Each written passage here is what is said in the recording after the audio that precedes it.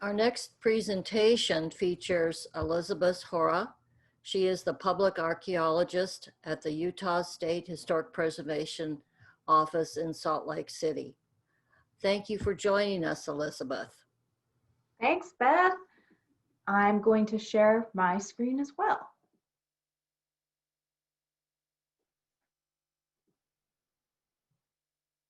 And awesome. So you should be seeing, actually, I guess that's my second slide. Here we go. So good afternoon, everyone. And thank you all so much for being here.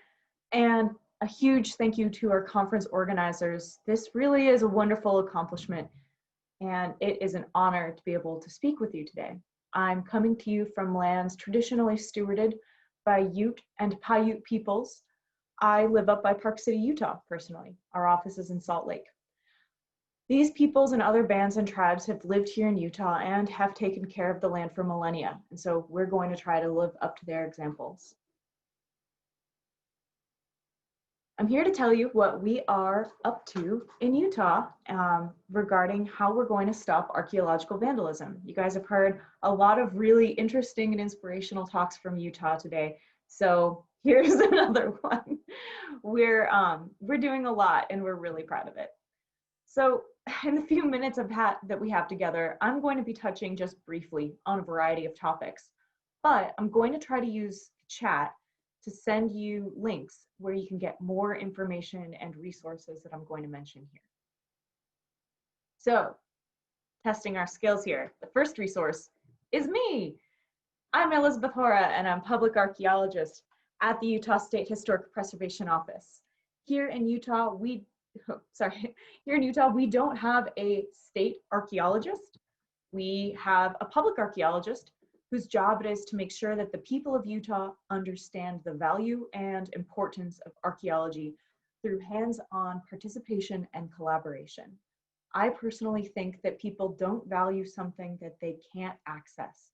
So it's my mission to make archaeology approachable and understandable, and to direct people to publicly available archaeological sites that might be of interest to them. I work directly for the citizens of Utah, so if you ever want to get in touch with me, even those of you who are from out of state, the best way to contact me is via email, and I'll try to get back to you quickly. So the test for us all is I put my email in the chat. I actually screwed it up a little bit, but we figured it out in the end. So, so if you ever need to get a hold of me, please just let me know, ehora@utah.gov. Oh, one other thing. That phone number is my office phone number, but due to COVID and an earthquake, none of us are in the office, but it routes directly to my cell phone.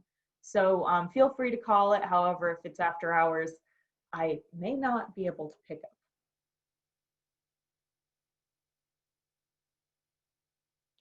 So when I say Utah is stopping archaeological vandalism, what do I mean by that? That means that Utah's citizens, federal and state agencies, and even our elected officials are making strides to prevent human-caused damage and deterioration to archaeological sites. At the beginning of this year, the newly formed Utah Public Archaeology Network met to discuss archaeological vandalism and make some commitments about how we can go about eliminating the problem. We met in the last week of January to chart our course, which obviously changed radically just several weeks later. But like everyone, we've adapted to a socially distanced reality, and I'm going to share with you some of the things that we're doing going forward. The last thing this presentation will touch on are specifically the things you can do right now to help us. As we've heard from Shauna most recently, damage to archaeological sites is on the rise here in Utah, and I expect it might be rising in other places in the country as well.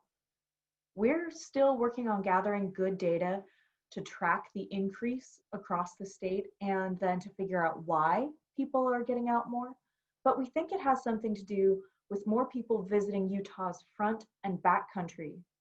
Hiking, biking, backpacking, ATVing, all kinds of exploring are all becoming more popular, and we just haven't taught newcomers what the house rules are when they come into Utah and they see our archaeological sites.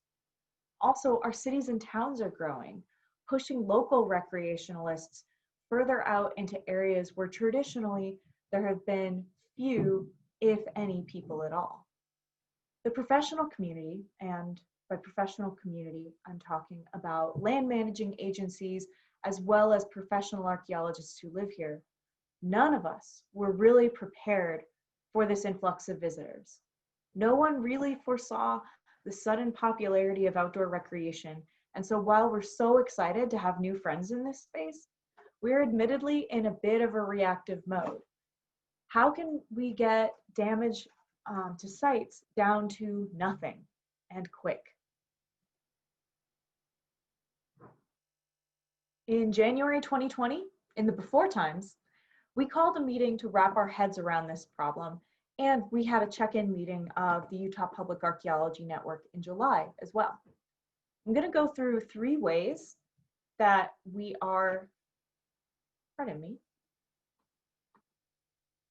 Yeah, I'm going to go through 3 ways that we're going to discuss how we're grappling with this problem. And the first one is data. Archaeologists never really used data about human-caused destruction before. We don't tend to aggregate that data as well as we do aggregate data about projectile point sizes, for example. And so as a result, we're not even really that adept at gathering it. But that's changing, and awareness has been raised among the professional community, and we've even had some scholarship about what socioeconomic trends may be driving damage around Utah's communities. I'm going to put in the chat a link to a slideshow presented at this year's UPAC meeting. UPAC is the Utah Professional Archaeological Council. And the study's authors found that in general, more tourism means more risk to sites. But also lower medium household incomes tend to place nearby archaeological sites at a greater risk of harm. That's that top and that bottom graph respectively. And you can see that there is a strong R2 value, R squared value, sorry, associated with both of these trends. Tourism seems to be driving that a little bit more, with the exception of Salt Lake. If you remove Salt Lake from this sample, which spends a lot of money on tourism, but doesn't have a lot of archaeological sites that are nearby it, the strength of that interpretation grows quite a bit. So these sorts of takeaways, they have powerful ramifications for who we're messaging to and how we spread our message about archaeological protection. So I'm inspired that with just a little bit of spreadsheet elbow grease, our archaeologists were able to learn where we should invest our efforts to protect the past.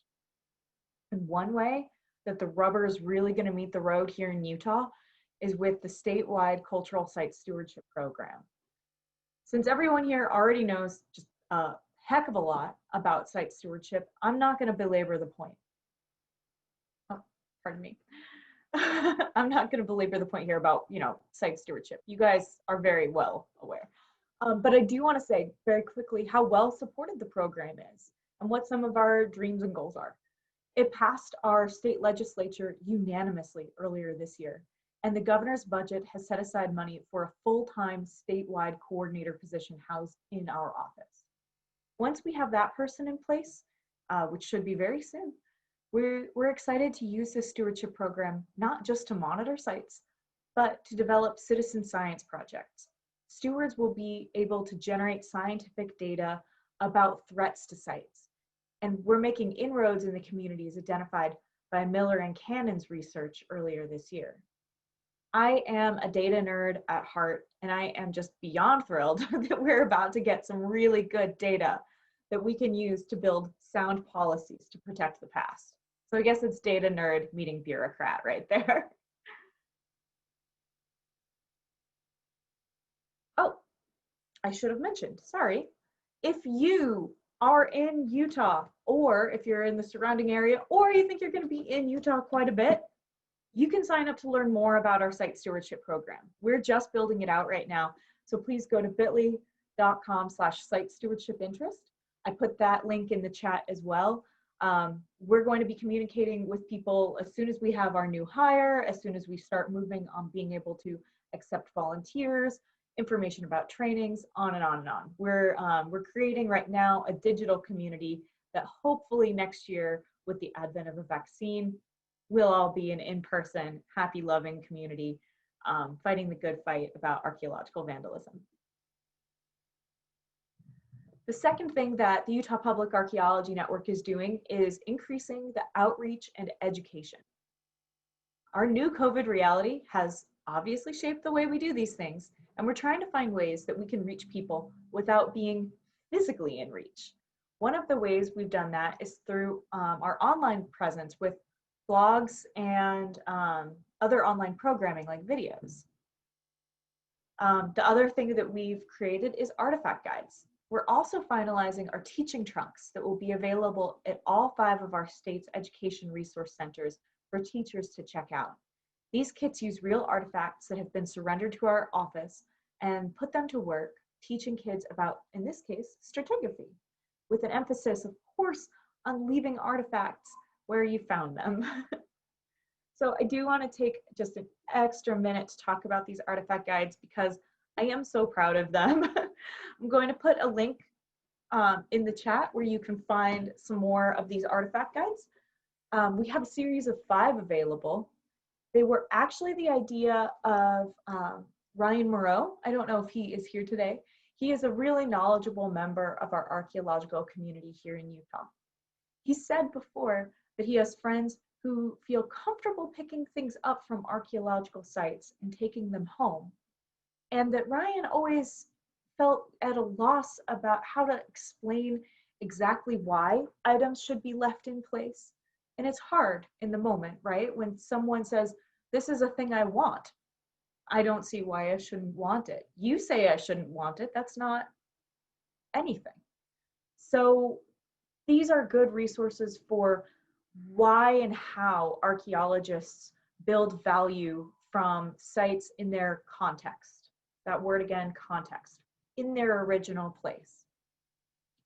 So these guides here are dispelling some mystery.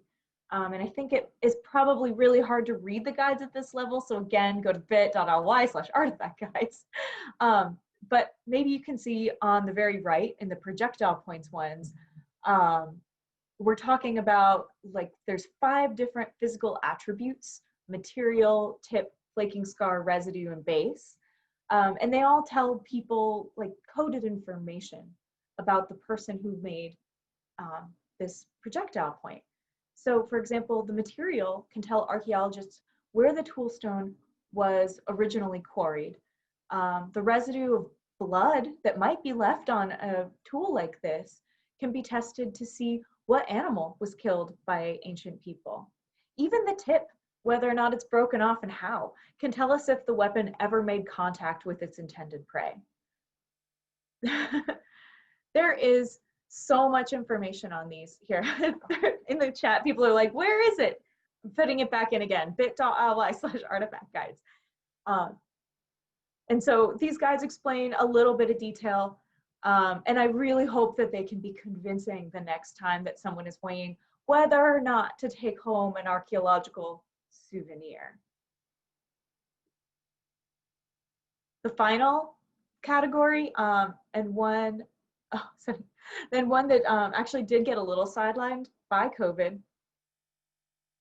Oh, I apologize. Someone in the chat was like, you're not sending it to attendees. Zoom, I'm doing so good on it.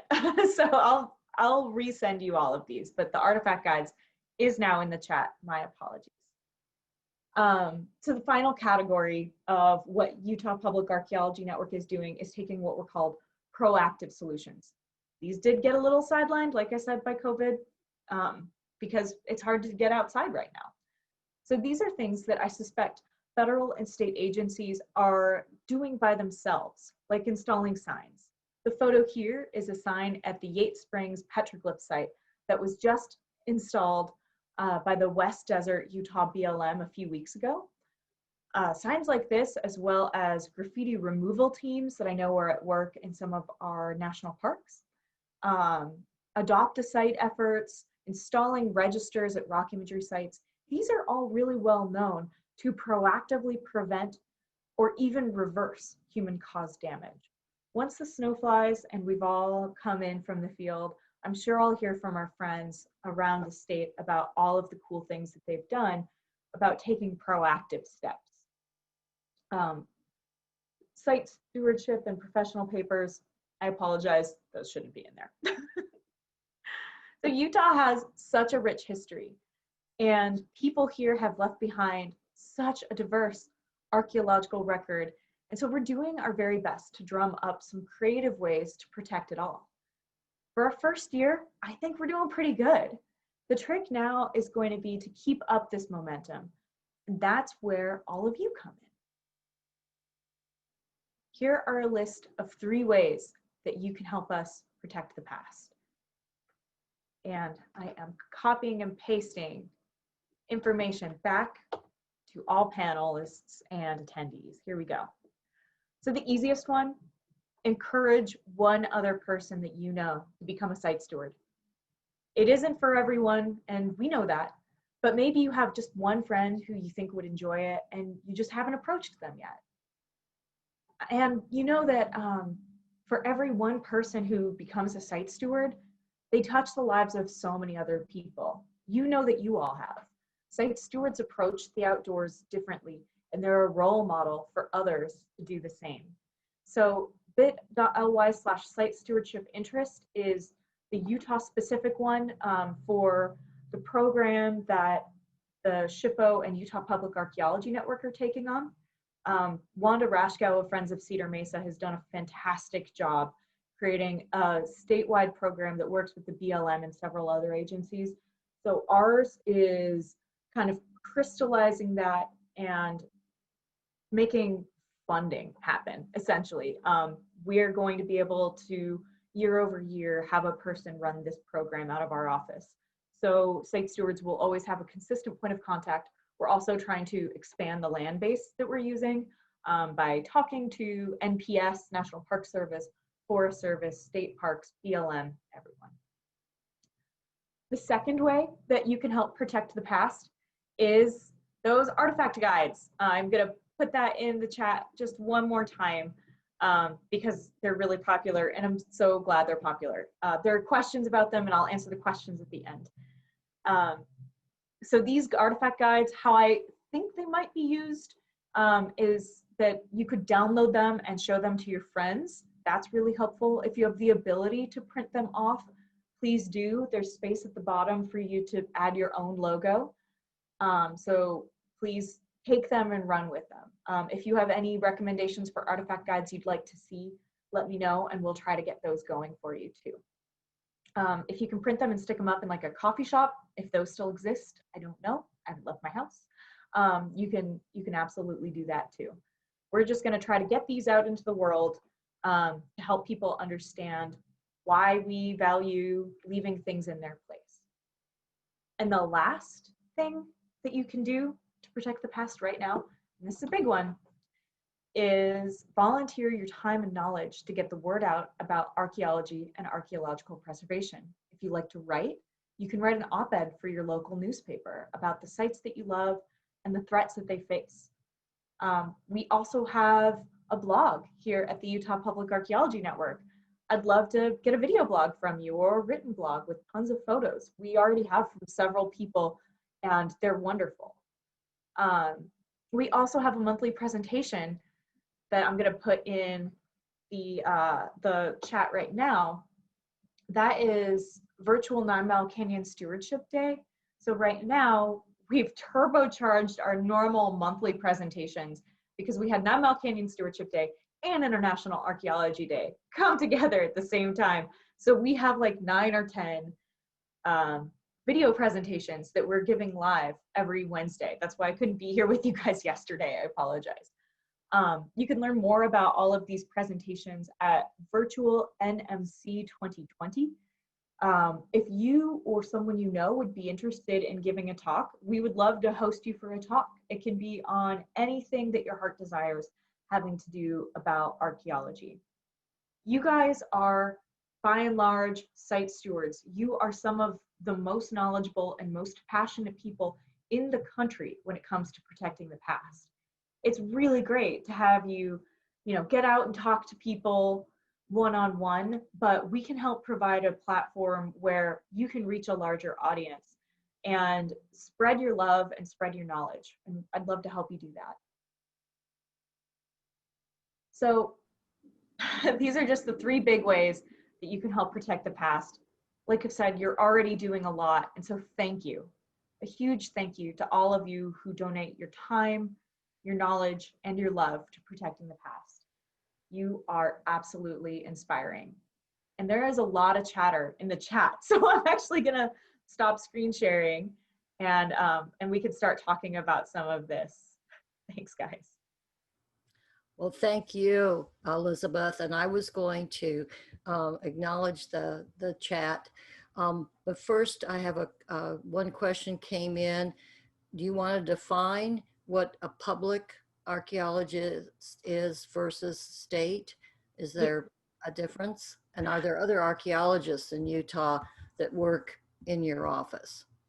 Okay, yeah, that's a few different things. So the easiest one is yes, there are many other archaeologists who work in my office. I think I'm one of about 5 to 7, including some people who are still finishing up their degrees. So Utah is just lousy with archaeologists. You can't throw a stone without hitting one of us. But I am, as far as I know, the only public archaeologist. And so we used to have a state archaeologist here in Utah. That position was downsized in the last economic downturn, the last recession that we had here in the state of Utah. And so that is not going to be able to get on the books, as it were. And so I was already working at the Utah State Historic Preservation Office, and we had the ability to, one person was retiring, and we had the ability to take her job and make something new and interesting out of it. So my boss, Chris Merritt, the State Historic Preservation Officer, created this public archaeology job, thinking that what we needed to do is not just talk amongst archaeologists, we needed to be talking to the public really explicitly. So as public archaeologist, I am not just a normal public servant, civil servant, as everyone in the SHPO is. I am explicitly beholden to our largest stakeholder group, the citizens of Utah, the tribal groups in Utah, the people who, love this place and who are out in it all the time. Which is why I say, come call me, come email me. I work for you guys. I think that was the question, right? There were like 3 questions in there. Yeah. Yes. And that's very helpful to understand. And I noticed we just tried your website or your emails that you sent out for your different links, all worked. So hopefully that happens too for our attendees. We will probably add that to our website, sitestewardship.org. So folks will also go there for the recordings that we're doing, but we can also add in the links that Elizabeth talked about. So we appreciate that, Elizabeth.